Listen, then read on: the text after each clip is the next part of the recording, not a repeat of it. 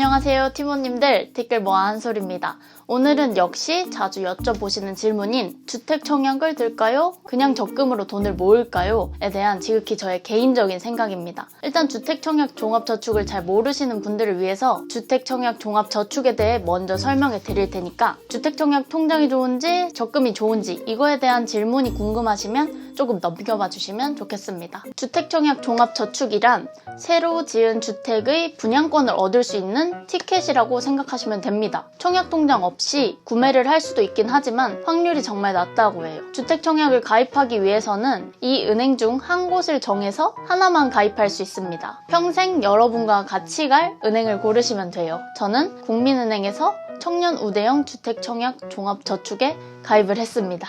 제가 가입한 청년 우대형 주택청약 종합저축은 이쪽 위 버튼을 클릭하시면 조금 더 자세한 설명이 있으니까 보시면 좋겠고요. 저축 금액은 매달 2만원에서 50만원까지 납입할 수 있는데 공공주택 분양 시 한 회 인정 금액은 10만원입니다. 그래서 여유가 되신다면 매달 10만원씩 넣는 게 좋다고 하더라고요. 최소 인정 금액인 2만원만 넣어도 된다는 분들도 계셨는데 10만원씩 넣는 게 더 좋다고 합니다. 납입 횟수가 중요하니까 매달 넣는 것이 좋습니다. 화면을 한번 보시면 저 같은 경우 20만원을 넣는다 쳤을 때 이렇게 몇 회차에 나눠서 넣을 건지 먼저 질문을 해요, 이 앱에서. 프리랜서 분들 같은 경우에는 한꺼번에 돈이 들어오니까 이렇게 한 번에 넣어두시고 인정 회차를 달리하시면 되겠죠. 저는 정기적으로 돈을 넣을 수 있어서 매달 이렇게 회차를 1회차로 설정하고 있습니다. 어떻게 하면 당첨되는 걸까요? 통장을 갖고 있기만 하면 되는 것이 아닙니다. 내가 신청을 하고 뽑혀야 하는데요. 청약에도 순위가 있습니다. 1순위는 납입 기간이 1년 이상 되었거나 납입 횟수가 12회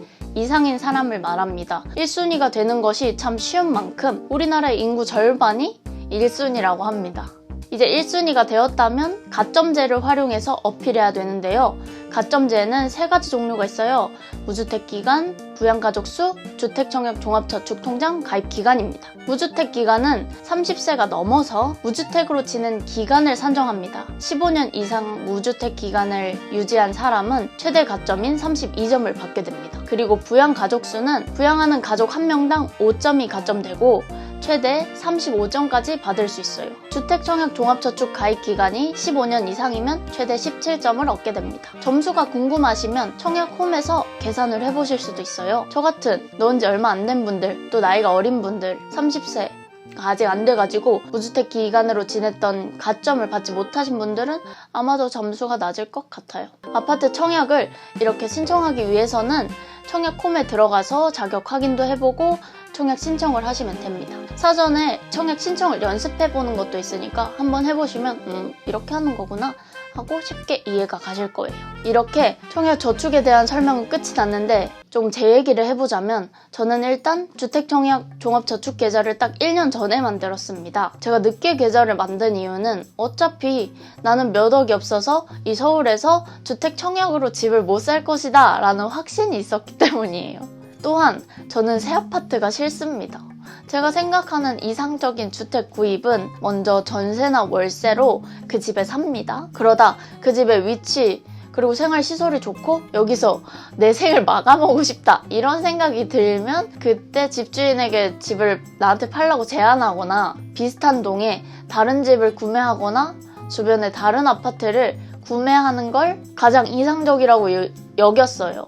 어차피 현재 돈도 없고 못 살 것 같고 나는 직접 살아본 후에 결정하고 싶다는 생각 때문에 굳이 왜 돈을 묶어둬야 하나 하다가 작년에 청년형 주택청약 저축이 생겨서 소득공제 혜택도 좋았고 3.3%의 금리도 괜찮아서 적금을 좀 오랜 기간 동안 든다고 생각하고 가입을 했습니다. 나중에 제가 새 아파트를 청약통장을 통해 살지 말지는 모르겠지만요. 하도 되기가 어렵다고 하니까. 그래서 매달 10만원에서 20만원씩 납입하고 있어요. 2만원부터 인정이 되는데 왜 10에서 20을 넣냐면 주택청약 종합저축은 무주택 세대주이고 총 급여액이 7천만원 이하라면 1년에 240만원까지 연말정산 소득공제를 받을 수 있기 때문입니다. 그래서 저는 적금처럼 소득공제도 받을 겸 넉넉히 넣고 있습니다. 이번 달에 돈이 좀 모자란다 싶으면 10만원 정도 넣고 이번에 좀 괜찮다 싶으면 20만원을 넣어요. 20만원 이상은 절대 넣지 않습니다. 그렇다면 과거에 20살, 과거에 고등학생인 제가 질문합니다. 나 한 달에 5에서 10만 원밖에 저축 못하는데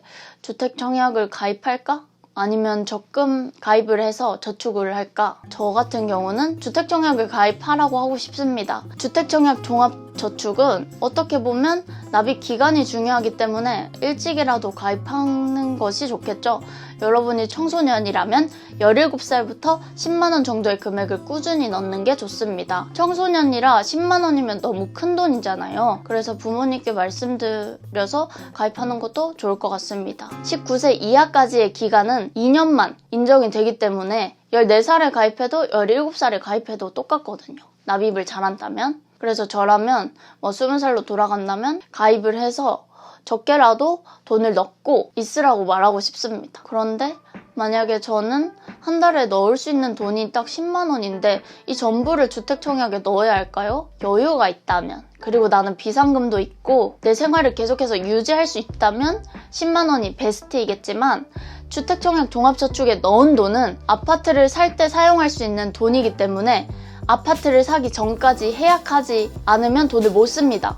해약하면 인정기간이 날아가고요. 따라서 어릴수록 납입 금액이 부담스러울 수밖에 없는데 앞으로 우리 큰돈을 들 일이 얼마나 많아요. 그래서 만약에 저라면 비상금을 모으는데 저축을 하고 비상금이 모아지면 주택청약과 저축을 병행할 것 같습니다. 최소 2만 원이라도 주택청약에 넣을 것 같아요. 저라면. 그래서 먼저 주택청약을 안 하는 것보다는 2만 원을 넣는 게 좋고 2만 원을 넣는 것보다는 매달 10만 원씩 넣는 게 좋습니다. 그래서 요거는 저의 개인적인 생각이고 제가 조금 후회되는 부분이기 때문에 너무 제가 안일하게 생각했던 것 같아요. 조금 늦게 청약저축을 가입한 것은. 그래서 여러분도 좀 가입하실 수 있으면 미리 가입하시면 좋겠고, 그래가지고 이렇게 된 거 뭐 작년에 가입했으니까 앞으로 열심히 납입을 해가지고 주택청약도 저축, 적금이라고 생각하고 차근차근 잘 넣어서 청약 당첨 시나리오를